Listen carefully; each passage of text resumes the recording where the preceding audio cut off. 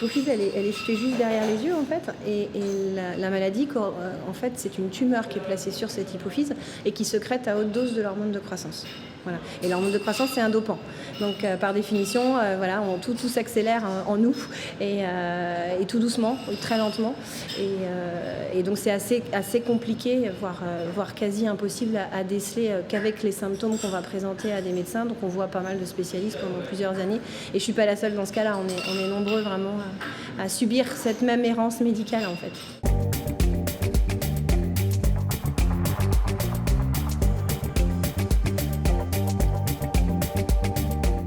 Le corps nous échappe, on a presque l'impression d'être habité par quelqu'un d'autre. Physiquement, on change, mais alors c'est très insidieux, c'est très très lent.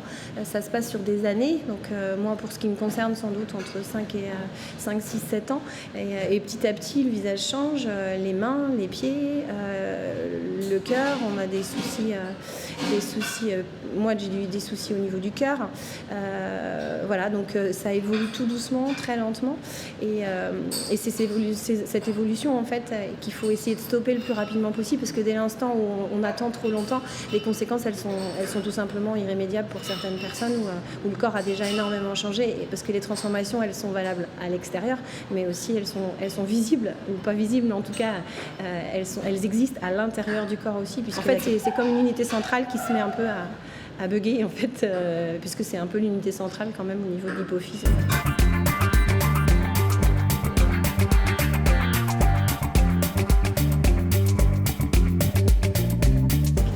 Peu de gens connaissent cette maladie et l'idée c'était de faire le livre en fait pour qu'elle soit connue un peu plus du grand public, parce qu'on met du temps à diagnostiquer la maladie, entre 5 et 10 ans, et que cette errance médicale elle pourrait être réduite s'il y a plus de gens qui connaissent cette maladie. Donc c'était un peu l'objectif de faire un support papier, et il n'existe aujourd'hui aucun livre en fait, à ma connaissance en tout cas, sur l'acromégalie. D'abord je voulais pas faire quelque chose de triste à l'écriture, ça m'a fait beaucoup de bien d'écrire.